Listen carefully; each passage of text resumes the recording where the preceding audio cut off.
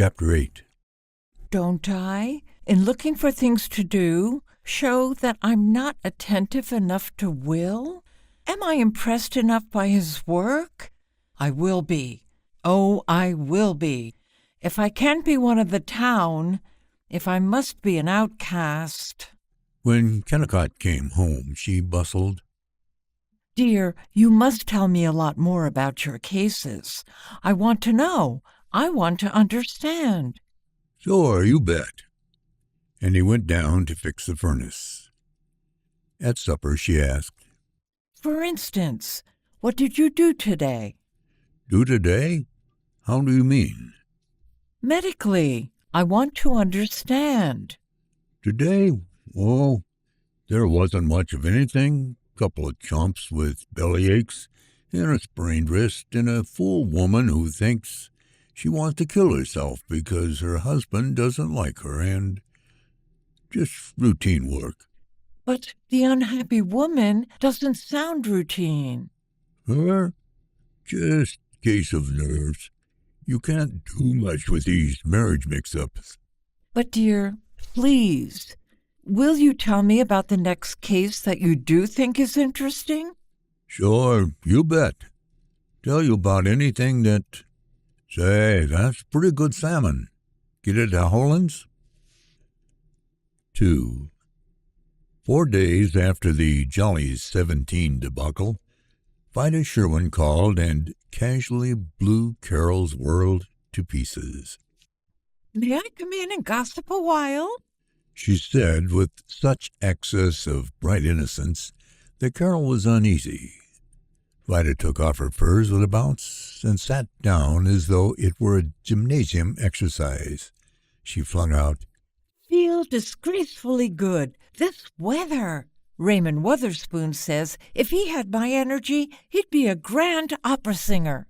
I always think this climate is the finest in the world, and my friends are the dearest people in the world, and my work is the most essential thing in the world. Probably I fool myself, but I know one thing for certain. You're the pluckiest little idiot in the world. And so you are about to flay me alive? Carol was cheerful about it. Am I? Perhaps. I've been wondering. I know that the third party to a squabble is often the most to blame, the one who runs between A and B, having a beautiful time telling each of them what the other has said. But I want you to take a big part in vitalizing Gopher Prairie, and so, such a very unique opportunity, and... Am I silly? I know what you mean. I was too abrupt at the Jolly 17. It isn't that. Matter of fact, I'm glad you told them some wholesome truths about servants, though perhaps you were just a bit tactless. It's bigger than that. I wonder if you understand that in a secluded community like this, every newcomer is on the test. People cordial to her while watching her all the time. I remember when a Latin teacher came here from Wellesley, they resented her broad A, were sure it was affected. Of course, they have discussed you. Have they talked about me much? My dear, I always feel as though I walked around in a cloud, looking out at others but not being seen. I feel so inconspicuous and so normal that there's nothing about me to discuss. I can't realize that Mr. and Mrs. Haydock must gossip about me. Carol was working up a small passion of distaste. And I don't like it. It makes me crawly to think of their daring to talk over all I do and say, pawing me over. I resent it. I hate. Wait, child. Perhaps they resent some things in you. I want you to try and be impersonal. They'd paw over anybody who came in new. Didn't you with newcomers in college? Yes. Well then, will you be impersonal? I'm paying you the compliment of supposing that you can be. I want you to be big enough to help me make this town worthwhile. I'll be as impersonal as cold boiled potatoes. Not that I shall ever be able to help you make the town worthwhile. What do they say about me? Really, I want to know. Of course, the illiterate ones resent your references to anything farther away than Minneapolis. They're so suspicious. That's it, suspicious. And some think you dress too well. Oh, they do they? Shall I dress in gunny sacking to suit them? Please, are you going to be a baby? I'll be good. Sulkily. You certainly will, or I won't tell you one single thing. You must understand this. I'm not asking you to change yourself. Just want you to know what they think. You must do that, no matter how absurd their prejudices are, if you're going to handle them. Is it your ambition to make this a better town, or isn't it? I don't know whether it is or not. Why? Why? Tut, tut. Now, of course it is. Why, I depend on you.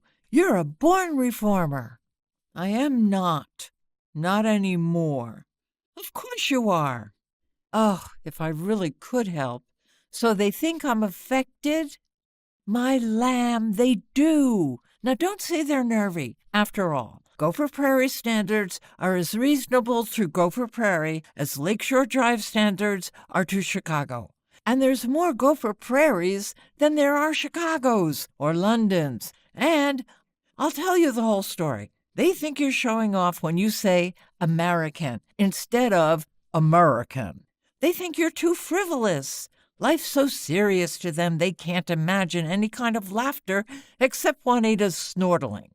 Ethel Villitz was sure you were patronizing her when— Oh, I was not.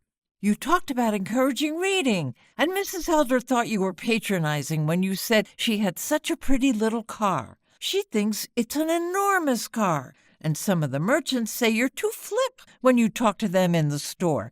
And, poor me, when I was trying to be friendly.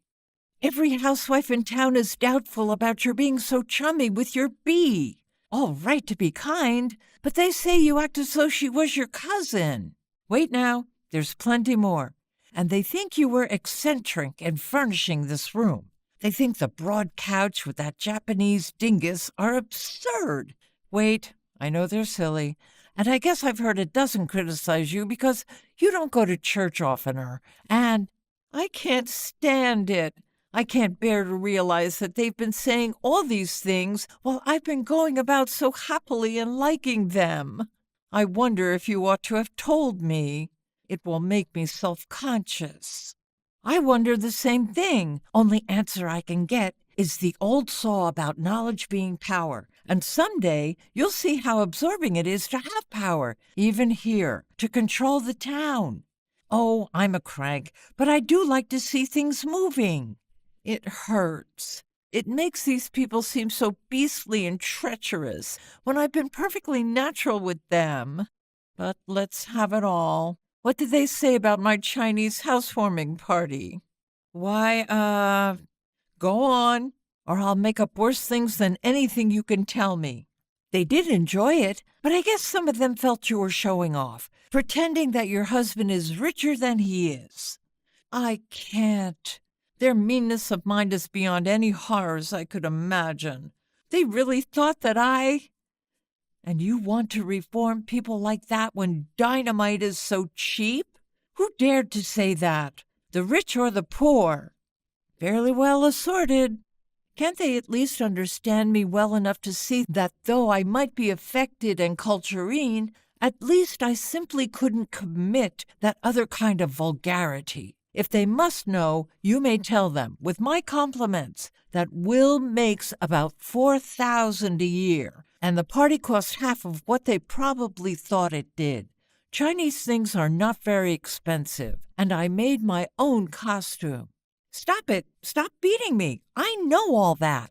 What they meant was they felt you were starting dangerous competition by giving a party such as most people here can't afford. $4,000 is a pretty big income for this town. I never thought of starting competition. Will you believe that it was in all love and friendliness that I tried to give them the gayest party I could? It was foolish. It was childish and noisy. But I did mean it so well. I know, of course. And it certainly is unfair of them to make fun of your having that Chinese food. Chow mein, was it? And to laugh about your wearing those pretty trousers. Carol sprang up, whimpering. Oh, they didn't do that. They didn't poke fun at my feast that I ordered so carefully for them, and my little Chinese costume that I was so happy making. I made it secretly to surprise them, and they've been ridiculing it all this while. She was huddled on the couch. Vida was stroking her hair, muttering, I shouldn't. Shrouded in shame, Carol did not know when Vida slipped away. The clock's bell at 5:30 aroused her. I must get hold of myself before Will comes. I hope he never knows what a fool his wife is. Frozen, sneering, horrible hearts. Like a very small, lonely girl, she trudged upstairs, slow, step by step, her feet dragging, her hand on the rail. It was not her husband to whom she wanted to run for protection. It was her father, her smiling, understanding father, dead these 12 years. 3. Kennicott was yawning, stretched in his largest chair between the radiator and a small kerosene stove. Cautiously, Will, dear, I wonder if the people here don't criticize me sometimes. They must. I mean, if they ever do, you mustn't let it bother you. Criticize you? Lord, I should say not. They all keep telling me you're the swellest girl they ever saw. Well, I've just fancied. The merchants probably think I'm too fussy about shopping. I'm afraid I bore Mr. Dashaway and Mr. Howland and Mr. Ludelmeyer. I can tell you how that is. I didn't want to speak of it, but since you brought it up, Chet Dashaway probably resents the fact that you got this furniture down in the cities instead of here. I didn't want to raise any objection at the time. After all, I make my money here, and they naturally expect me to spend it here. If Mr. Dashaway will kindly tell me how any civilized person can furnish a room out of the mortuary pieces that he calls. She remembered, she said meekly. But I understand. And Howland and Ludelmeyer. Oh, you've probably handed them a few roasts for the bum stocks they carry, when you just meant to jolly them. But rats, what do we care? This is an independent town, not like these eastern holes where you have to watch your step all the time and live up to full demands and social customs, and a lot of old tabbies always busy criticizing. Everybody's free here to do what he wants. He said it with a flourish, and Carol perceived that he believed it. She turned her breath of fury into a yawn. By the way, Carrie, while we're talking on this, of course I like to keep independent, and I don't believe in this business of binding yourself to trade with a man that trades with you, unless you really want to. But same time, I'd be just as glad if you dealt with Jensen and Ludelmeyer as much as you can, instead of Howland and Gould, who'll go to Dr. Gould every last time, and the whole tribe of them the same way. I don't see why I should be paying out my good money for groceries and having them pass it on to Terry Gould. I've gone to Howland and Gould because they're better and cleaner. I know. I don't mean cut them out entirely. Of course, Jensen is tricky. Give you short weight, and Ludelmeyer is a shiftless old Dutch hog. But same time, I mean it's keep the trade in the family whenever it is convenient. See how I mean? I see. Well, I guess it's about time to turn in. He yawned and went out to look at the thermometer, slammed the door, patted her head, unbuttoned his waistcoat, yawned, wound the clock, went down to look at the furnace, yawned, and clumped upstairs to bed, casually scratching his thick woolen undershirt. Tilly bawled, "Aren't you coming up to bed?" She sat unmoving.